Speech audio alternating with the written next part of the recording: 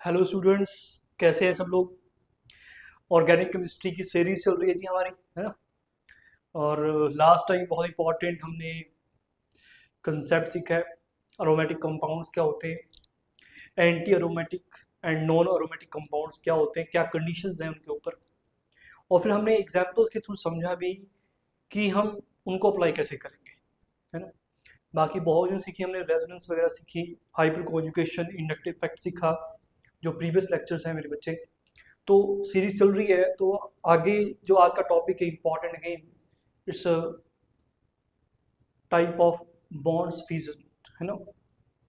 अभी हमने पढ़ क्यों रहे हैं, आपको याद होगा मैंने आपको स्टार्टिंग में बताया था भी कभी कोई केमिकल रिएक्शंस होती हैं तो हमें जाना जरूरी होता है कि हमने रिएक्टेंट थे और प्रोडक्ट बना, तो बना कैसे है, what is the mechanism behind the reaction, कि जो प्रोडक्ट था ये आपका सर जो रिएक्टेंट था वो प्रोडक्ट में कैसे चेंज हो गया, क्या मैकेनिज्म था, क्या लॉजिक था इसके पीछे।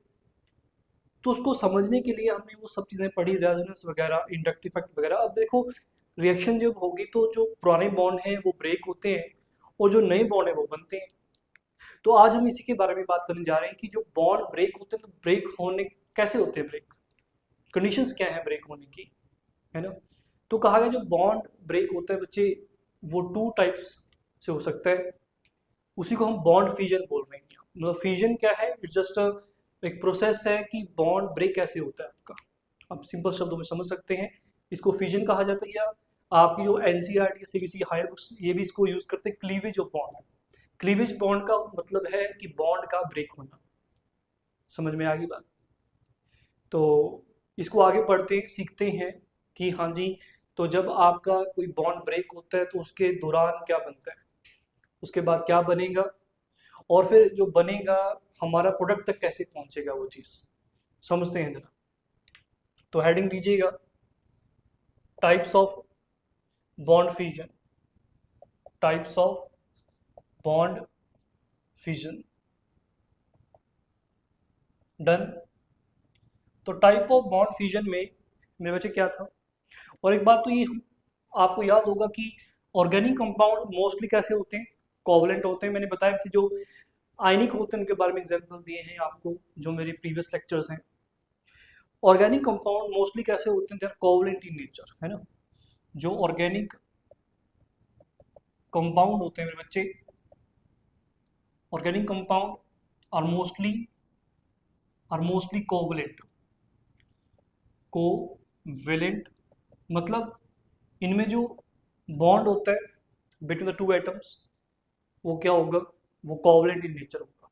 कोवलेंट का मतलब सबको पता है कि अगर एक एटम ए है और दूसरा एटम बी है, इनके बीच में अगर बॉन्ड बनने, कौन सा कोवलेंट बॉन्ड बन रहा है, तो जो इलेक्ट्रॉन होंगे वो शेयरिंग में होंगे। वैसे एक इलेक्ट्रॉन ए देगा, एक इलेक्ट्रॉन बी देगा, तो शेयरिंग में इलेक्ट्रॉन आ गए जी, ये ए का है वो बी का है, तो ये बॉन्ड बन जाता है। इसको हम कई बार ऐसे भी शो करते हैं, है ना। तो बात ये हुई कि कोवलेंट में sharing of bond, sharing of electrons होती है ना। कोवलेंट बॉन्ड का मतलब क्या है, sharing of electron, sharing of electron, तो कोवलेंट बॉन्ड बनता है आपका। तो हमने कहा कि, और फ्यूजन का मतलब मैंने आपको समझा दिया, फ्यूजन का मतलब क्या है, कि मतलब ये प्रोसेस है कि आपका बॉन्ड कैसे ब्रेक हो रहा है। इसको कई बार क्लीवेज ऑफ बॉन्ड भी कहा जाता है। क्लीवेज का मतलब ब्रेक होना। तो समझते हैं, इसको जरा लिख लेते हैं एक बार। When when the covalent bond between two bonded atoms, है ना, दो बॉन्डेड एटम्स होंगे, बिटवीन टू बॉन्डेड एटम्स, ठीक है जी। मतलब covalent bond between the two bonded atoms, या इसको थोड़ा सा ऐसे भी बोल सकते हैं, व्हेन दी,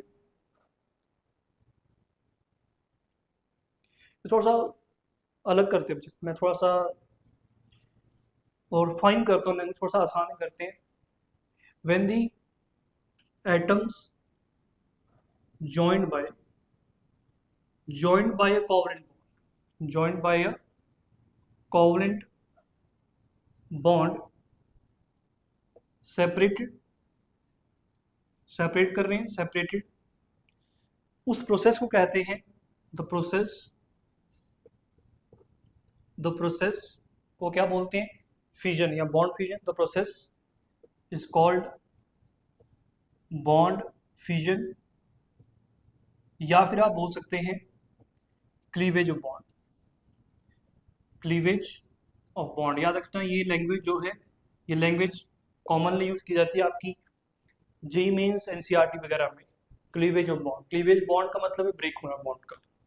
ठीक है, आगे चलते हैं मेरे बच्चे। आगे मैंने कहा कि जो फ्यूजन है ये 2 टाइप्स की होती है, मतलब जो बॉन्ड ब्रेक हो रहा है ये 2 तरीकों से ब्रेक हो सकता है बॉन्ड आपका, है ना। जो कोवलेंट बॉन्ड है तो समझते हैं इसको जरा।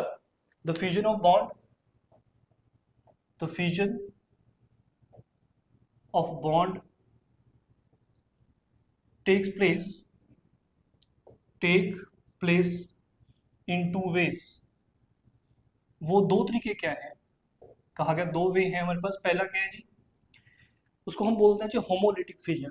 ध्यान दीजिएगा, होमोलिटिक फिजन, होमोलिटिक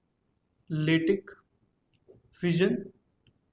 और सेकंड है मेरे बच्चे heterolytic fission, heterolytic fission. Done है जी बात। होमो को सबको पता होगा, होमो का मतलब ज्यादातर हम केमिस्ट्री में क्या कहते हैं, इसका मतलब है सेम या कांस्टेंट। अब होमोलिटिक फिजन का मतलब आप सोच सकते हैं कि बॉन्ड ब्रेक किस तरीके से हो रहा होगा। मैं एग्जांपल समझाता हूं। पहले हम पहले यही करते हैं, होमोलिटिक फिजन, होमोलिटिक फिजन।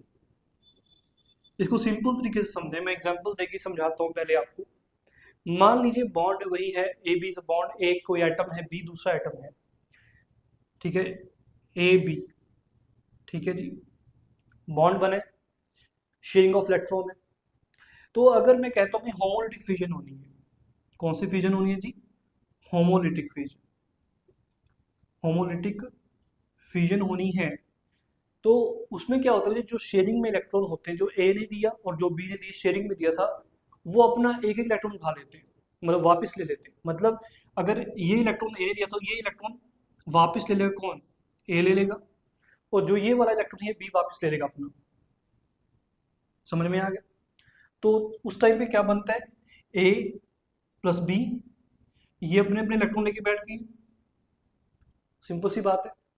अब इलेक्ट्रॉन वापस ले, इसका मतलब ये हुआ कि जो ये एटम था ए, ये अपनी एक्चुअल कॉन्फ़िगरेशन में वापस आ चुका है, और जो बी है वो अपनी एक्चुअल कॉन्फ़िगरेशन में वापस आ चुका है। एग्जांपल समझो, मानो Cl2 है, Cl2 को हम कैसे लिखते हैं, Cl बॉन्ड Cl ऐसे ही होता है। अगर होमोलिटिक फ्यूजन होगी यहाँ पे, जो बॉन्ड ब्रेक हो रहा है वो होमोलिटिक तरीके से होगा, तो ये जो इलेक्ट्रॉन है और ये इलेक्ट्रॉन है ये शेयरिंग में है। एक इलेक्ट्रॉन ये वाला Cl ले जाएगा और इलेक्ट्रॉन ये वाला Cl ले जाएगा। यहाँ पे जो एरो यूज किए गए, याद रखिए ये एरो हाफ हेडेड है ना, कंप्लीट एरो नहीं है, तो ये सिंगल इलेक्ट्रॉन के ट्रांसफर को रिप्रेजेंट करते हैं बच्चे, याद रखिएगा। तो Cl, तो यहाँ पे क्या बनेगा, एक Cl अपने इलेक्ट्रॉन ले गया और दूसरा भी Cl अपना इलेक्ट्रॉन ले गया। तो असल में Cl के पास पहले कितने 7 इलेक्ट्रॉन होते थे ना, तो तभी उसने शेयरिंग करके 8 किए थे अपने पास। तो इसका मतलब क्या हुआ, एक्चुअल कॉन्फ़िगरेशन में वापस आ चुका है ये। आप ऐसे इसको दिखा सकते हैं। असल में इनको हम बोलते हैं बच्चे फ्री रेडिकल्स। ध्यान दीजिएगा, नाम इंपॉर्टेंट है, फ्री रेडिकल्स। फ्री रेडिकल का मतलब जो होमोलिटिक फ्यूजन का जो प्रोडक्ट है उसको कहा गया होमोलिटिक फ्यूजन। तो अगर बॉन्ड ब्रेक होता है इस तरीके से कि जो शेयरिंग में इलेक्ट्रॉन है हर एक एटम अपना अपना इलेक्ट्रॉन वापस ले ले, तो उसके बाद जो बनता है उसको हम बोलते हैं फ्री रेडिकल्स। ऑब्वियसली है, इनके ऊपर कोई चार्ज नहीं है, दे आर न्यूट्रल स्पीशीज। दोबारा बोलता हूँ, इनके ऊपर कोई चार्ज नहीं है, ये बस समझना कि अपना इलेक्ट्रॉन, भाई इन्होंने अपना ही इलेक्ट्रॉन उठाया है ना, जो दिया था वही इलेक्ट्रॉन उठा लिया, तो जो एक्चुअल कॉन्फ़िगरेशन है वही वापस आ गई, तो कहीं कोई एक्स्ट्रा इलेक्ट्रॉन थोड़ा ना ले लिया। तो जो इनके ऊपर ना कोई पॉजिटिव है ना कोई नेगेटिव आएगा, तो ये दे आर न्यूट्रल स्पीशीज। तो याद है न्यूट्रल स्पीशीज है, और ये क्या है, फ्री रेडिकल्स। तो चलो आगे चलते हैं। इसको मैं, आपको समझ आ गया होगा बच्चे होमोलिटिक फ्यूजन का, है ना। तो उसको थोड़ा सा और मैं सही तरीके से लिख देता हूँ। स्टेटमेंट की फॉर्म में। तो देखिएगा जरा क्या लिखा हमने यहाँ पे कि breaking of a covalent bond, है ना, ऐसे लिख देते हैं, breaking of a covalent bond, covalent bond in such a way, breaking of a covalent bond in such a way, मतलब इस तरीके से होगी, in such a way that each atom, हर एक एटम जो बॉन्डेड था, दैट ईच बॉन्डेड एटम क्या करेगा, रिटेन वन इलेक्ट्रॉन, मतलब रिटेन वापस ले लेगा अपना, bonded atom retain one electron जो शेयरिंग में दिया था जब कोवेलेंट बॉन्ड बनाया गया था, ठीक है जी। That each bonded atom retain one electron of the shared pair, of the shared pair, ये शेयर्ड पेयर था जब उन्होंने शेयरिंग की थी, ठीक है, रिटेन किया अपना एक एक इलेक्ट्रॉन, हर एक एटम ऐसा करेगा जो बॉन्डेड एटम है, तो उसको हम बोलते हैं होमोलिटिक फिगर, ठीक है जी। आगे बढ़िए, इससे आप इसको शॉर्टकट में भी लिख सकते हैं, दैट इज ईच एटम, इसका कहने का मतलब ये होगा कि हमारा कि ईच एटम अटेन करेगा जो उसकी एक्चुअल कॉन्फ़िगरेशन है ना, each atom acquires its actual configuration, जैसे कि आपको क्लोरीन में दिखाया मैंने, समझ आ गया जी, इंपॉर्टेंट है, समझ आ गया होगा मेरे ख्याल से, आसान था ना, है ना। चलो आगे बढ़ते हैं, अब मेरे ख्याल से होमोलिटिक फिजन आपको क्लैरिटी हो चुकी है। इसमें एक बात बताओ मुझे, मैंने आपको कहा था कि फ्री रेडिकल है ना, इसको नाम तो देते हैं, है ना, कि जो स्पीशीज प्रोड्यूस्ड होंगी, species produced produce as a result of homolytic fission, homolytic fission are called free radicals. ध्यान रखिएगा, फ्री रेडिकल्स, उनको फ्री रेडिकल्स कहा जाता है बच्चे, ध्यान आ गई बात। फ्री रेडिकल्स कैसे हैं, इनको हम बहुत डिटेल में पढ़ाऊंगा नेक्स्ट लेक्चर में, लेकिन यहाँ पे थोड़ा सिखाना था आपको, पहले क्लैरिटी हो चुकी है कि फ्री रेडिकल्स आपके न्यूट्रल स्पीसीज होते हैं, और इनके पास जो भी इनके पास इलेक्ट्रॉन होते हैं वो कैसे होते हैं, अनपेयर्ड, मतलब कम से कम एक इलेक्ट्रॉन तो अनपेयर्ड रहा होगा इनके पास, कम से कम जो एक इलेक्ट्रॉन है वो अनपेयर्ड है।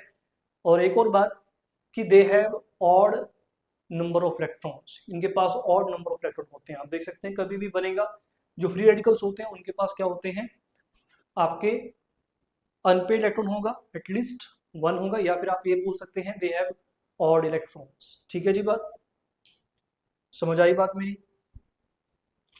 और याद रखिएगा ये फ्री रेडिकल्स कैसे स्पीसीज है, न्यूट्रल है, इनके ऊपर कोई चार्ज नहीं है जी, ठीक है जी।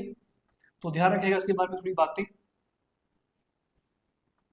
और डिटेल में भी समझेंगे कि जो फ्री रेडिकल्स हैं ये आपके फ्री रेडिकल्स क्या है, ये न्यूट्रल स्पीसीज है, कोई चार्ज नहीं है इनके ऊपर, और इनके पास अनपेयर्ड इलेक्ट्रॉन है, अनपेयर्ड इलेक्ट्रॉन, या बोल दो ऑड इलेक्ट्रॉन सिस्टम है, या फिर आप ये बोल सकते हैं ये हाईली रिएक्टिव भी है। जो आपके फ्री रेडिकल्स होते हैं highly reactive species, highly reactive क्यों, क्योंकि इनके पास बच्चे ऑड इलेक्ट्रॉन सिस्टम आ गया ना, जो ये ऑड इलेक्ट्रॉन है जो सिंगल इन्होंने पेयरिंग नहीं किया, पहले पेयर था तो कोई दिक्कत नहीं, अब क्या हुआ जब बॉन्ड ब्रेक हो चुका है तो जब ये रेडिकल बने हैं तो रेडिकल के पास क्या है, जो एक इलेक्ट्रॉन है ये कैसा बन गया, ये पेयरिंग में नहीं है, तो ये क्या करेगा, ये कोशिश करेगा दोबारा से किसी दूसरे के साथ पेयर करने की। यहाँ पे कोई भी अगर कोई रिएक्टेंट पड़ा होगा वो हम बाद में समझेंगे कि रिएक्शन कैसे प्रोसीड करती है ना, ये जस्ट उसका एक पार्ट है, एक मतलब ये मान लो कि जब रिएक्शन स्टार्ट होती हैं तो हो सकता है उसके दौरान ये बनते हैं, मतलब कुछ टाइम के लिए बनते हैं, मतलब ये असल में है क्या, दे आर कॉल्ड इंटरमीडिएट्स, इनको हम आगे भी पढ़ेंगे क्या है ये इंटरमीडिएट्स हैं जो आपके किसी भी रिएक्शन के दौरान बनेंगे फॉर बहुत कम समय के लिए, बहुत कम समय के लिए, ठीक है जी। तो न्यूट्रल स्पीशीज अनपेयर्ड इलेक्ट्रॉन होते हैं और दे हाईली रिएक्टिव होंगे। हाईली रिएक्टिव क्यों? क्योंकि इनके पास ऑड नंबर ऑफ इलेक्ट्रॉन होते हैं या अनपेयर्ड इलेक्ट्रॉन होता है, that's why they are highly reactive है। याद रखेंगे मेरे बच्चों, चलो बढ़िया। अब बात ये आती है कि सर अब होता कैसा है, हम कैसे पता करेंगे कोई रिएक्शन हो रही है तो उसमें फ्री रेडिकल बन रहा है कि नहीं बन रहा, मैं कैसे पता करूं? क्या कंडीशन रही होगी कि रिएक्शन के दौरान फ्री रेडिकल बनेगा, मैं कैसे पहचानूंगा, मैं कैसे आइडेंटिफाई करूंगा? तो देखते हैं उसके बारे में। तो उसको नोट कर लीजिएगा पहले एक बार, मैं रफ कर देता हूँ, वो कंडीशंस को भी समझते हैं, ठीक है। वो कंडीशन समझते हैं जो फ्री रेडिकल्स को जन्म देती है ना, जो फ्री रेडिकल जन्म देंगी उनके बारे में, कंडीशंस के बारे में पढ़ते हैं। तो लिखिएगा जरा, favourable conditions, favourable conditions, favourable conditions, ये किसके लिए हैं? आपकी होमोलिटिक फ्यूजन बोल सकते हैं या फिर फ्री रेडिकल्स जब बनते हैं उनके लिए फेवरेबल कंडीशंस क्या है। तो पहली कंडीशन लिख लो। पहली कंडीशन क्या है? अगर कहा जाए कि अगर आपकी जो रिएक्शन है वो, चलो इसको 2-3 पॉइंट बना के लिखते हैं, 4 पॉइंट बन ही जाएंगे, कोई दिक्कत नहीं है लिखना, ताकि आपको याद तो रहेगा। पहली बात तो आपने भी देखा होगा कि जब मैंने आपको दिखाया कि एक एटम ए था, एक एटम बी था, तो जो ए था उसने अपना इलेक्ट्रॉन ले लिया और बी ने अपना इलेक्ट्रॉन ले लिया, रिटर्न कर लिया। इसका मतलब ये कब हो सकता है कि जो शेयरिंग में थे इलेक्ट्रॉन वो वापस ले लिए गए, तो इसका मतलब ये हुआ तो ए और बी की जो इलेक्ट्रोनेगेटिविटी है वो ऑलमोस्ट क्या है, सेम है या नियरली सेम है, बोल सकते हैं। तो पहला कब हो सकता है? When electronegativity difference between bonded atoms, bonded atom जो डिफरेंस है इलेक्ट्रोनेगेटिविटी का, तो जीरो हो। बॉन्डेड मतलब सेम ही हो जाए दोनों की इलेक्ट्रोनेगेटिविटी, जीरो होने का मतलब यही है कि इलेक्ट्रॉन डिफरेंस जो है उन दोनों का जीरो होने का मतलब क्या है कि इलेक्ट्रोनेगेटिविटी सेम होगी या ऑलमोस्ट सेम रहेगी। Between the bonded atom is zero और नियरली जीरो, ऐसा बोल सकते हैं। पहली कंडीशन है बच्चे आपकी, उससे पहचानेंगे कि आपके फ्री रेडिकल्स बनेंगे या होमोलिटिक फ्यूजन हो सकती है। और सेकंड कंडीशन आप ये पा सकते हैं, temperature, high temperature, high temperature. कहा गया टेम्परेचर, हम किस टेम्परेचर को हाई मानेंगे? कहा गया अगर रिएक्शन में temperature is greater then 500 degree Celsius है या इसके इक्वल है, तो उसके दौरान, रिएक्शन के दौरान क्या बनेंगे? फ्री रेडिकल्स बनेंगे। ठीक है जी, ये कंडीशन हो गई। फिर थर्ड कंडीशन ये है कि अगर आपकी जो रिएक्शन है वो क्या हो रही है? In the presence of sunlight हो रही है, ठीक है जी, याद रखिएगा, इन प्रेजेंस ऑफ सनलाइट। जो रिएक्शन होती है वहीं वहां पे कई बार जो सनलाइट होती है उसको रिप्रेजेंट करने का तरीका देखना, वो ऐसे लिखा होगा एच न्यू। एच न्यू का मतलब फोटोन होता है, तो वो लाइट का पार्टिकल है, वो एच न्यू लिखा होता है, या फिर यूवी लाइट, ऐसे भी लिखा जाता है। तो याद रखना अगर सनलाइट की प्रेजेंस में है रिएक्शन तो फ्री रेडिकल्स बनेंगे। इंपॉर्टेंट कंडीशन थी, टेम्परेचर हाई है तब भी बनेगा।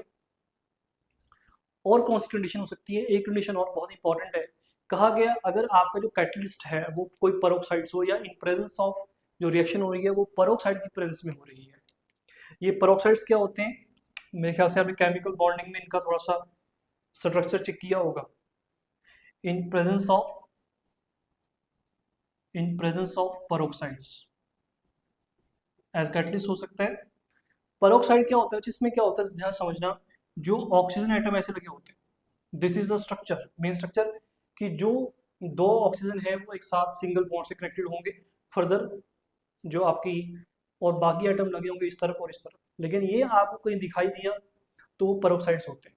तो परोक्साइड की प्रेजेंस में अगर रिएक्शन हो रही है तो तब भी आपका जो है रिएक्शन के दौरान कौन बनेंगे? फ्री रेडिकल्स बनेंगे आपके।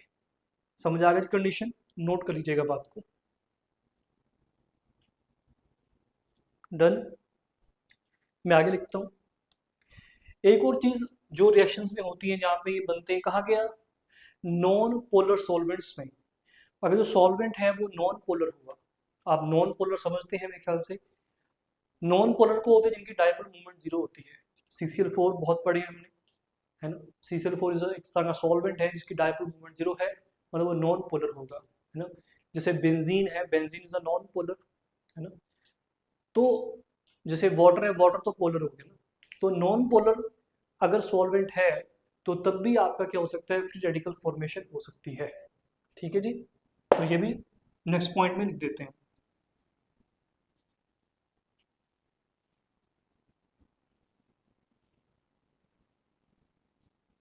तो लिखिएगा जरा।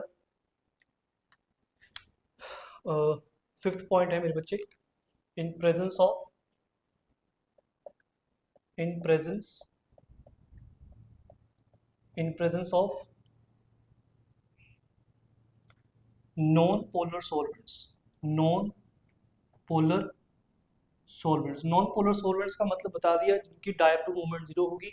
एग्जांपल मैंने आपको बता दिया, बेंजीन, CCl4, है ना, CCl4, CS2, बहुत एग्जांपल वो आप देख सकते हैं। ठीक है, लेकिन नॉन पोलर होना चाहिए। ठीक है, तो आपको दिख ही जाएगा जिसकी डायपोल मूवमेंट जीरो होगी तो वो आपका क्या होगा, नॉन पोलर सॉल्वेंट बन जाएगा मेरे बच्चे। ये भी इंपॉर्टेंट कंडीशन है, पहचानने का तरीका है आइडेंटिफाई करने का कि फ्री रेडिकल फॉर्म होगा या नहीं होगा। चलें आगे, तो आगे चलते हैं।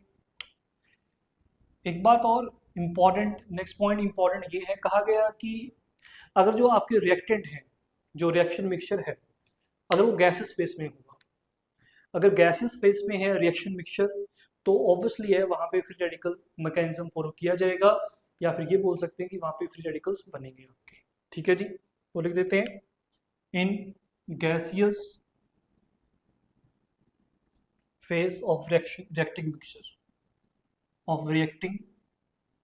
मिक्सचर। डन है, वेरी गुड, याद रखिएगा बातों को। ठीक है, आगे चलते हैं मेरे बच्चे, खत्म हुआ ये पार्ट।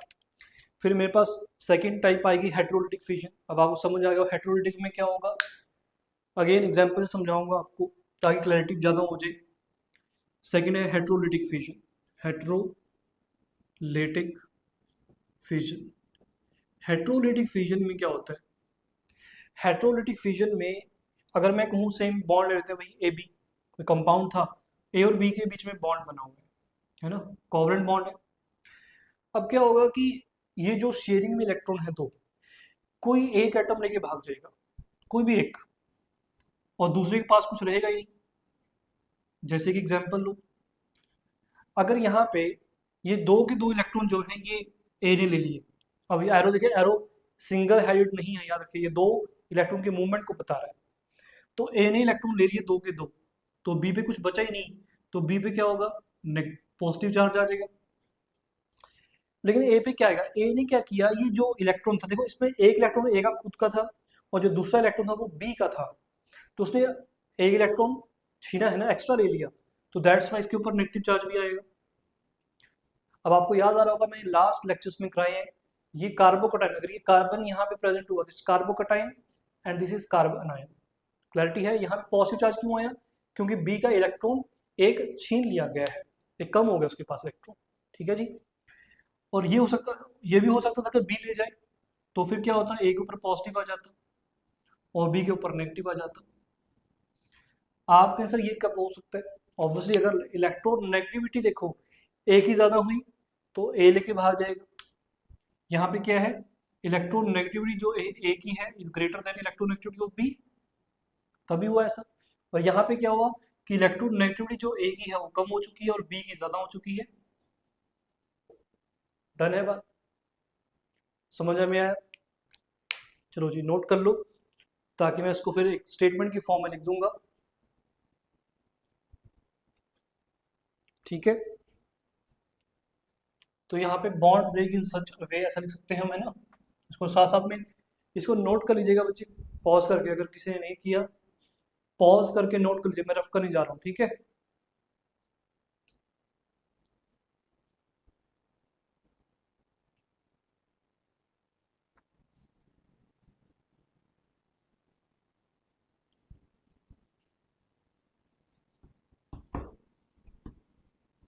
चलो जी आगे बढ़ते हैं।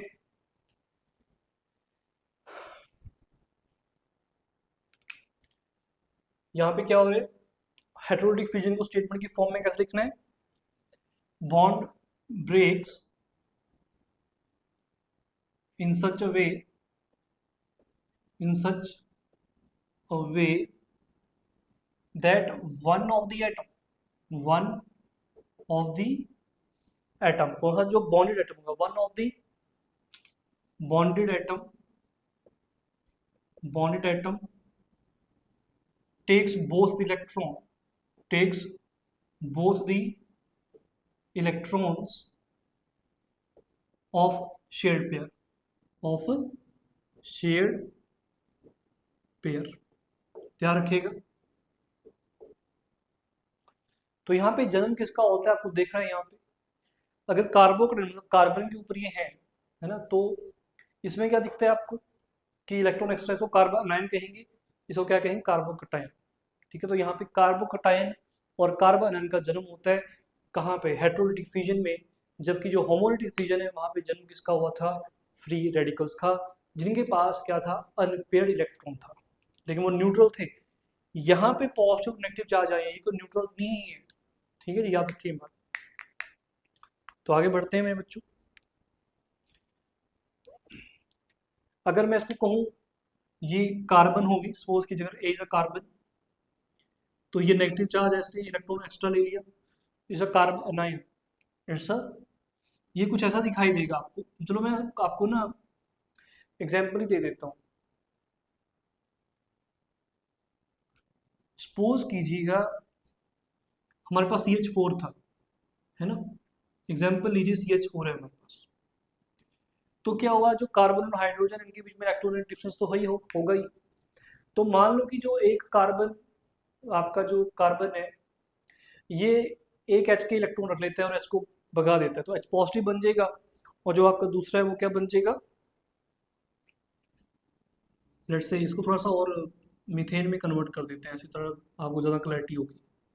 ये जो H है ये बाहर चला गया, और दो के दो इलेक्ट्रॉन है वो कार्बन ने रख लिए, ये इलेक्ट्रॉन भी रख लिया अपने पास और ये इलेक्ट्रॉन भी रख लिया, तो कार्बन के ऊपर नेगेटिव चार्ज आ जाएगा। कैसे दिखाई देगा, ये CH3, ये CH3 और ये CH2 नेगेटिव, नेगेटिव का मतलब है इसके पास लोन पेयर है। या फिर ये हो सकता था, ये कार्बन आयन बना, ये क्या बना, कार्बन आयन। ठीक है, कार्बन अनायन, और यहाँ पे H पॉजिटिव हो चुके हैं, H पॉजिटिव प्रोटॉन भी बोलते थे, आपको याद होगा। या फिर ये हो सकता है कि मान लो CH3Br है, ब्रोमीन इज अटैच, अब ब्रोमीन की इलेक्ट्रोनेगेटिविटी ज्यादा है कार्बन से, तो ब्रोमीन दो के दो इलेक्ट्रॉन ले जाएगा अपने, है ना, ये जो दो इलेक्ट्रॉन है शेयरिंग में कार्बन का भी लीजिएगा और अपना तो लेके ही जाएगा। तो उस टाइम पे क्या होगा, CH3 कार्बन के ऊपर पॉजिटिव चार्ज और Br के ऊपर नेगेटिव चार्ज, डन है। तो ये बन गया कार्बोकटायन, ये बन गया कार्बोकटायन। क्लियर है बच्चे। कार्बन अनायन में और कार्बोकटायन में फर्क है, क्या फर्क है, कार्बन आयन में जो कार्बन है उसके पास कितने इलेक्ट्रॉन है अपने वैलेंस शेल में, 8 इलेक्ट्रॉन, आप देख सकते हैं 8 इलेक्ट्रॉन है। कैसे, यहाँ पे अगर दो हाइड्रोजन, ये हाइड्रोजन यहाँ पे है ना, तो दिस इज 1 2 3 4 5 6 7 8, क्योंकि नेगेटिव का मतलब दो इलेक्ट्रॉन है इसके पास। तो इसका मतलब कार्बन आयन में जो कार्बन होती है उसके पास कितने इलेक्ट्रॉन होते हैं वैलेंस शेल में, 8 इलेक्ट्रॉन। कार्बोकटायन में कितने होंगे, देखो तीन तो बॉन्ड से तो 6 ही होंगे, तो 6 ही होंगे। तो कार्बोकटायन में क्या होता है कि जो कार्बन है उसके वैलेंस शेल में 6 इलेक्ट्रॉन होते हैं, ये बात याद रखिएगा। ठीक है जी, डिटेल में पढ़ेंगे, टेंशन ना लें, कार्बोकटायन कार्बन बहुत डिटेल में समझाऊंगा आगे। बस यहाँ पे ये समझाया गया कि हेटेरोलिटिक फ्यूजन का जो प्रोडक्ट है वो कार्बोकटायन और कार्बन आयन हो सकता है, इनकेस जो पॉजिटिव चार्ज है और जो नेगेटिव चार्ज है वो कार्बन और कार्बन के ऊपर है। ठीक है, तो इसको नोट कर लीजिएगा मेरे बच्चे। आगे बढ़ते हैं और फेवरेबल कंडीशंस की बात करते हैं कि फेवरेबल कंडीशन क्या रहती होंगी कि अगर जो बॉन्ड है वो हेटेरोलिटिक वे में ब्रेक हो, मतलब जो हेटेरोलिटिक फ्यूजन है इसके लिए क्या कंडीशन हो सकती है कि कार्बोकटायन कार्बन आयन कब बन सकता है। तो इसको नोट करने के बाद मैं रफ करने जा रहा हूँ, पॉज कीजिएगा और नोट कर लीजिएगा।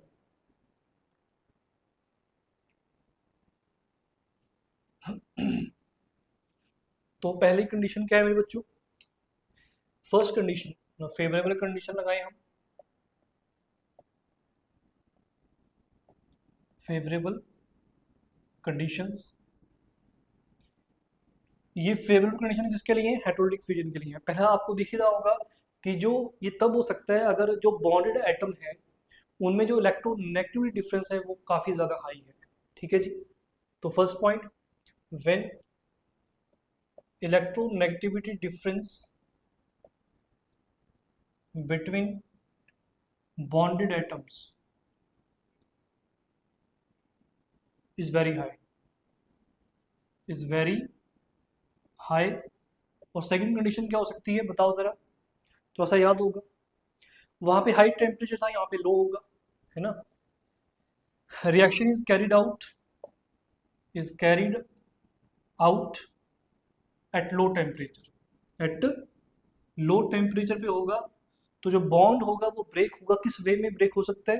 हेट्रोलिटिक वे में। ठीक है जी। तो आसार है कार्बोनाइन और कार्बोनाइन बनने के। दूसरा, अगर जो रिएजेंट है आपको याद होगा पेरोक्साइड था, यहाँ पे आयनिक रिएजेंट होगा। आयनिक का आपको जानते होंगे आयनिक कंपाउंड्स, तो रिएजेंट है वो आयनिक होना चाहिए। तो यहाँ पे अगेन कंडीशन लग जाएगी हमारी आयनिक। ठीक है जी। In presence of third, in presence of ionic reagent, ionic reagent. Ionic का है बच्चे भी, पोलर नहीं कहा मैंने, फर्क होता है। ठीक है जी। फोर्थ, अब कहेंगे पोलर सॉल्वेंट। ये रिएजेंट है, सॉल्वेंट नहीं है। रिएजेंट का मतलब आपको याद होगा जब मैंने आपको स्टार्ट करवाई थी रेजोनेंस वगैरह वहाँ पे ना, तो वहाँ पे मैंने आपको बताया था कि रिएक्शन होती कैसे हैं और रिएक्शन प्रोसीड कैसे करती है। कि सबस्ट्रेट होता है एक होता है रिएजेंट, कौन होता है? रिएजेंट, और फिर प्रोडक्ट बनता है, ये बताया था। सबस्ट्रेट वो होता है जिसके ऊपर अटैक होता है, रिएजेंट वो होता है जो अटैक करता है। तो यहाँ पे वो रिएजेंट है, सॉल्वेंट अलग चीज होती है उसकी का। ठीक है जी। तो इन प्रेजेंस ऑफ आयनिक रिएजेंट हो जाए, मतलब जो रिएजेंट है जो अटैक करेगा वो आयनिक हुआ आपका। ठीक है। और फोर्थ क्या होता है? इन presence of, in presence of polar solvent. Polar solvent मतलब जैसे एग्जांपल H2O पोलर है जी, है ना। पोलर डाई मूवमेंट जीरो नहीं होती इनकी, पोलर हो गया। और बड़े सारे हैं और भी एग्जांपल ले लो यार, क्या हो सकता है? एसीटोन, CH3COCH3, एसीटोन हो सकता है आपका। और कौन सा पोलर हो सकता है? अमोनिया इज अ पोलर, है ना। तो लिक्विड अमोनिया ले लो, गैस होती है वैसे तो अमोनिया, अगर लिक्विड अमोनिया कहा जाए आपका तो आपका सॉल्वेंट हो गया जो पोलर सॉल्वेंट है। ठीक है जी। तो उसको आप याद रख सकते हैं ऐसे। और फिफ्थ कंडीशन क्या होगी? आपको याद होगा जो रिएक्टिंग मिक्सचर था पहले होमोलिटिक फ्यूजन में वो गैसियस था। यहाँ पे जो रिएक्टिंग मिक्सचर होगा वो कौन से फेस में होना चाहिए? लिक्विड फेस में। ध्यान रखिएगा, in liquid phase, in liquid phase of reacting mixture, of reacting mixture. Done है जी? तो आपकी हेटेरोलिटिक फ्यूजन हो सकती है इन सभी केसेस में। एक बात बहुत इंपॉर्टेंट, अगर मैं कहूँ कि होमोलिटिक फ्यूजन और हेटेरोलिटिक फ्यूजन में बॉन्ड ब्रेक हो रहे हैं, है ना, है तो दोनों बॉन्ड ब्रेक करने के तरीके ही, एक होमोलिटिक वे है, एक है हेटेरोलिटिक वे। अगर मैं आपको कहूँ कि in which of the case energy required is more, उनमें से हायर, तो बता सकते हैं कि किस तरीके से जो है वो एनर्जी हमें ज़्यादा लगेगी, किस वे में एनर्जी ज़्यादा लगेगी, या किस प्रोसेस में जो है वो हमें एनर्जी ज़्यादा देनी पड़ेगी सिस्टम में। ठीक है जी। तो बता सकते हैं कि होमोलिटिक में होगी कि हेटेरोलिटिक में होगी, बता सकते हैं। दिख ही रहा है जी हमें यहाँ पे हेटेरोलिटिक में होगी। जो हेटेरोलिटिक फ्यूजन है इसमें जो एनर्जी होती है, energy required for the breaking of a bond, वो क्या रहेगी? ग्रेटर। क्यों ग्रेटर रहेगी? आप सिंपल सी जी, जो कार्बन और हाइड्रोजन है या फिर कोई भी दो एटम है वो शेयरिंग में है, बॉन्डेड कोवेलेंट बॉन्ड बनाए गए और इलेक्ट्रोनेगेटिविटी डिफरेंस ज़्यादा है, यही तो कहा था हमने। कि इलेक्ट्रोनेगेटिव डिफरेंस ज़्यादा, अगर इलेक्ट्रोनेगेटिव डिफरेंस ज़्यादा होगा तो क्या होगा। अब एग्जांपल ये लिए क्लोरीन ब्रोमीन वाला, आप ये थोड़ा सा सोच के देखिए, ये ब्रोमीन पार्शियल नेगेटिव और पार्शियल पॉजिटिव होगा, तो मतलब थोड़ा सा आयनिक करैक्टर रहा होगा इनमें ना, है ना। तो यहाँ पे क्या हो सकता है, अगर इलेक्ट्रोनेगेटिविटी ज़्यादा है तो ये ब्रोमीन अपनी तरफ इलेक्ट्रोनेगेटिव खींच रहा होगा थोड़ी सी, is a more electronegative in the carbon, तो तभी तो ये अपने दो के दो कार्बन का भी इलेक्ट्रॉन ले गया और ब्रोमीन का भी ले गया। तो ऐसे बॉन्ड को तोड़ना थोड़ा ज़्यादा मुश्किल होता है एज कम्पेयर टू जो Cl और Cl के बीच में बॉन्ड था। यहाँ पे तो क्या था, यहाँ पे कोई चार्ज है ही नहीं था, दिस नॉन पोलर, ये नॉन पोलर था, ये अपना इलेक्ट्रॉन लेके भाग गया, ये अपना इलेक्ट्रॉन लेके भाग गया, कोई दिक्कत ही नहीं थी बॉन्ड ब्रेक करने में। लेकिन यहाँ पे जो बॉन्ड ब्रेक हुआ इसमें दिक्कत है, इसमें थोड़ा हमें एनर्जी ज़रूरत नहीं पड़ेगी क्योंकि ये थोड़ा सा स्ट्रॉन्ग बॉन्ड है मेरे बच्चे, समझ में आ गई बात, क्योंकि थोड़ा सा पोलैरिटी है इसमें। डन, तो ये पॉइंट लिख लीजिएगा, नोट कर लीजिएगा, यहाँ पे नोट डाल लीजिएगा कि एनर्जी रिक्वायर्ड या energy needed for heterolysis fusion is always greater than homolytic fission। और इसको मैंने आपको बता भी दिया, इसका जो रीज़न एक ही है कि ये थोड़ा सा पोलर होता है बॉन्ड जबकि वो नॉन पोलर है, तो ये थोड़ा सा टाइम, मतलब कहने का मतलब उसमें एनर्जी ज़्यादा चाहिए, है ना। ये स्ट्रॉन्ग बॉन्ड है, वो थोड़ा सा क्या हो सकता है, नॉन पोलर है तो हम बोल सकते हैं कि वहाँ पे ज़्यादा एनर्जी देने की कोई ज़रूरत ही नहीं है आपको, वो जल्दी से ब्रेक हो सकता है। तो आज का टाइम बहुत है बच्चे, ठीक है, तो नेक्स्ट लेक्चर लेकर आऊँगा। अब मैंने आपको यहाँ पे ये बता दिया कि जब कोई रिएक्शन होती है तो वहाँ पे बॉन्ड ब्रेक कैसे होते हैं, बॉन्ड ब्रेक होने के बाद क्या बनता है, और इनको जो भी हमने पढ़ा free radicals, carbocation, carbon ion, ये जस्ट क्या है, ये कोई प्रोडक्ट नहीं है, ये रिएक्शन के दौरान जो बनेंगे वो चीज़ें हैं जिनको हम क्या बोलते हैं, इंटरमीडिएट बोलते हैं। क्या बोलते हैं, इंटरमीडिएट, मतलब थोड़े टाइम में बनते हैं, ये बाद में रिएक्ट, ऑब्वियसली ये रिएक्टिव है ना, देखो रिएक्टिव में तो क्या होगा, ये किसी और रिएक्टिव के साथ क्या कर जाते हैं, रिएक्ट कर जाएंगे और प्रोडक्ट बना देंगे, प्रोडक्ट फॉर्म हो जाएगा आपका। समझ में आ रहा है, इंपॉर्टेंट चीज़ है बच्चे ये, तो ध्यान से समझिएगा। नेक्स्ट मैं आपको ये समझाऊंगा कि जो free radicals, carbocation, carbon ion की स्टेबिलिटी के बारे में, इनके बारे में अच्छे से पढ़ेंगे। ठीक है जी, मिलते हैं मेरे बच्चों आपको नेक्स्ट लेक्चर में।